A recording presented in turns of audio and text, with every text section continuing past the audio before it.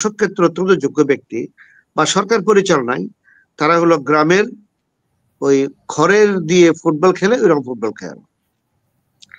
তাহলে মারাডোনাকে যে বলটা বানিয়ে দিবে এরকম প্লেয়ার ওখানে নাই।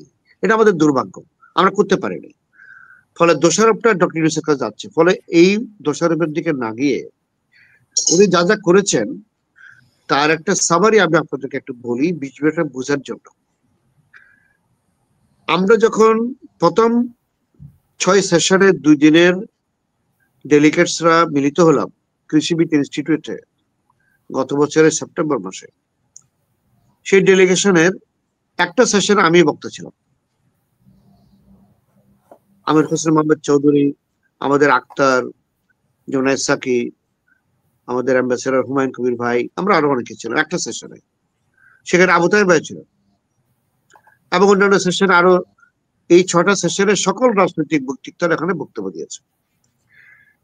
তা আমি যেহেতু একটা রাজনৈতিক দলের এখন প্রতিনিধি, আমি কিছু কথা বলতে পারবো না, এটা মিডিয়াতে বলাটা হয়তো সমীচীন হবে না, বিকজ আমরা অনেক দূরে গিয়ে গেছি। এখানে একটা গুরুত্বপূর্ণ বিষয় হলো, আমি এই ক্ষেত্রে ব্রিগেডিয়ার জেনারেল জিয়ার সাথে একটা একমত, সেটা হলো আমরা বিএনপির কাছ থেকে যেই অবদানটা আশা করেছিলাম একেবারে শুরু থেকেই, তারা একটু ফ্ল্যাকচুয়েট করেছে।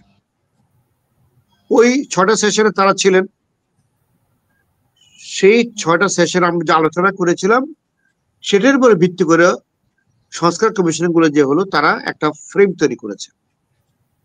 এই ফ্রেমটার জন্য যখন আলোচনা শুরু হলো, বিএনপি বললেন যে আমরা এই সংস্কার মানি না। এই সংস্কারের একজন বললেন তাদের স্থায়ী কমিটির মেম্বার, যে কলম দিয়ে সংস্কার করবে সেই কলম ভেঙে দেব, এবং ইত্যাদি ইত্যাদি বিষয়। এই প্রক্রিয়াতে প্রায় 2 মাস ধরে তারা, আমরা যখন ঐক্য সংস্কার কমিশনের মিটিং গুলোতে পার্টিসিপেট করছি, আমি নিজেও আমার পার্টির পক্ষ থেকে অসংখ্যবার সেই ডিবেটে ছিলাম, ফিজিক্যালি ছিলাম। জাতীয় সংসদ ভবনের এলডি হলে যখন আমরা ডিবেট গুলো করছিলাম, সেখানে কিন্তু পরে তো বিএনপি মেনে নিয়েছে। আমি বলছি আপনার ডিলেটা কোথায় হচ্ছে, ডিলেমাটা কোথায় হচ্ছে। তাহলে হলো কি, আমরা যখন অনেক দূর এগিয়ে গেলাম, হঠাৎ করে বিএনপি বলে আমরা এখন আসবো। তারা আসলেন, 166 প্রস্তাবের মধ্যে 80টাই তারা গ্রহণ করলেন। দূরত্ব কিন্তু খুব বেশি না। পরবর্তী সময়ে এই নোট অফ ডিসেন্টের আবিষ্কার করলেন তারা। জাতির বিভেদটা কিন্তু এখানে তৈরি হচ্ছে। আপনি নোট অফ ডিসেন্ট ডিবেট করেন, হয়তো আপনি মানবেন অথবা মানবেন না। আপনি বলবেন আমি মানি অথবা মানি না, কথা ক্লিয়ার।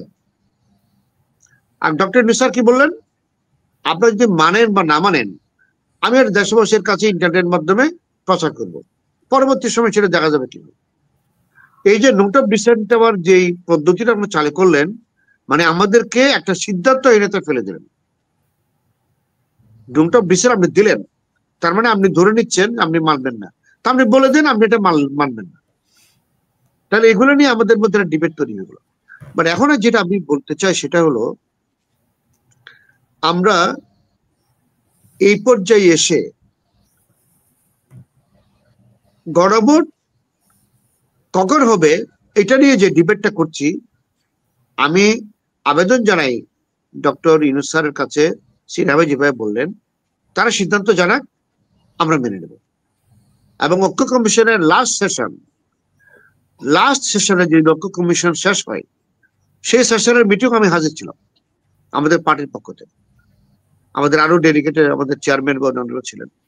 সেখানেও কিন্তু ওনারা বলেছেন যে যে সকল জায়গাতে আমরা একমত হতে পারলাম না, এই সকল জায়গাতে সরকার যদি একটা সিদ্ধান্ত দেয়, আমরা আশা করি সম্মানের সাথে আমরা এটা মানব।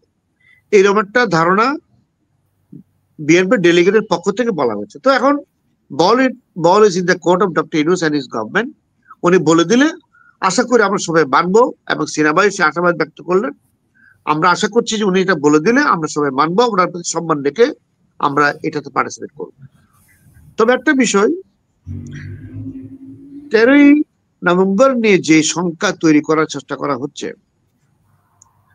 হ্যাঁ, একটা দেশে স্বাভাবিক সরকার থাকা সত্ত্বেও সেখানে কোনো কোনো ক্ষেত্রে কিছু ঝামেলা তৈরি হয়, সরকার পরিচালনার সময় হয়, কিছু সাবোটাজ হয়, কিছু সমস্যা হয়, ইত্যাদি হয়। আওয়ামী লীগ যেহেতু এখন এই প্রক্রিয়ার বাইরে আছে, সরকার পরিচালনায় ব্যর্থ হয়ে তাদের নেতা নেত্রীরা দেশের বাইরে পালিয়ে গেছেন, তাদের কর্মী বাহিনী দেশের ভিতরে রয়ে গেছে, বাইরের থেকে তারা ইন্ধন যোগাচ্ছে এবং আমাদের পার্শ্ববর্তী দেশের থেকেও কিছু ইন্ধন যোগানো হচ্ছে। আমরা ধারণা করছি কিছু সমস্যা হতে পারে, তবে আমি আপনাকে গ্যারান্টি দিয়ে বলতে পারি এমন কোনো সমস্যা হবে না যেটা দিয়ে নির্বাচন বানচাল হবে বা দেশের নিরাপত্তা বিঘ্নিত, এমন কিছু হবে না। কেন হবে না? The people who are trying to do this, they are very, very minority.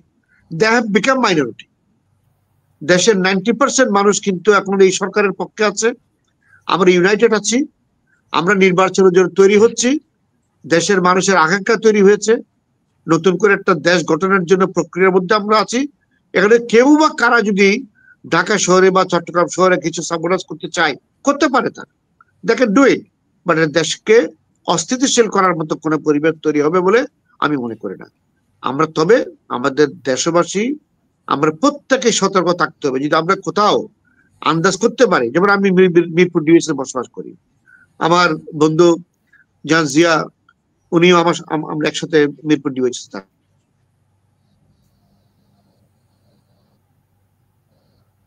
শুনতে পাচ্ছি না আপনাকে। বুঝতে পারি আমার এলাকাতে কোথাও কোনো ঝামেলা তৈরি হচ্ছে, এমন পরিবেশ তৈরি হয়, তাহলে আমরা দ্রুত এটা সরকারি সংস্থাকে জানাবো, আমরা নিজেরাই প্রতিরোধ গড়ে তুলবো। তাহলে হবে কি, যে আশঙ্কাটা আপনারা করছেন, আপনি দেশের বাইরে থেকে করছেন বা দেশের ভিতরে কেউ করছেন, এরকম কোনো কিছু সংঘটিত হবে না। সো এই বলে আমি এর মধ্যে আশাবাদ ব্যক্ত করতে চাই, বিএনপি অত্যন্ত দায়িত্বশীল দল, তারা দেশ পরিচালনার অভিজ্ঞতা আছে, তাদের নেতা নেত্রীদের অনেক অভিজ্ঞতা আছে। আমরা নতুন দল, আমরা সরকার পরিচালনায় কোনো অভিজ্ঞতা আমাদের নাই। তবে এই কথাটা হাসিনা ম্যাডাম আপনার মাধ্যমে দেশবাসীকে জানাতে পারি, ৩৬শে জুলাই আন্দোলনের আমরা প্রত্যক্ষ সৈনিক। এখন মিডিয়াতে দেখেন, ছবিতে দেখেন, অসংখ্য মিছিল মিটিং এ ছিলাম।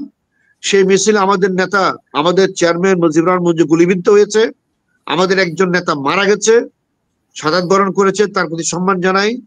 এবং এখানে যারা ১৭ শাহাদাত বরণ করে তাদেরকে সম্মান জানাই, আহতদেরকে সম্মান জানাই। আমি যেটা বলতে চাই, বিএনপির কন্ট্রিবিউশন আছে, বিএনপির কাছ থেকে আমরা আরো বেশি রেসপন্সিবল দল হিসেবে আশা করেছিলাম, আশা করি তারা সেটা মানবে।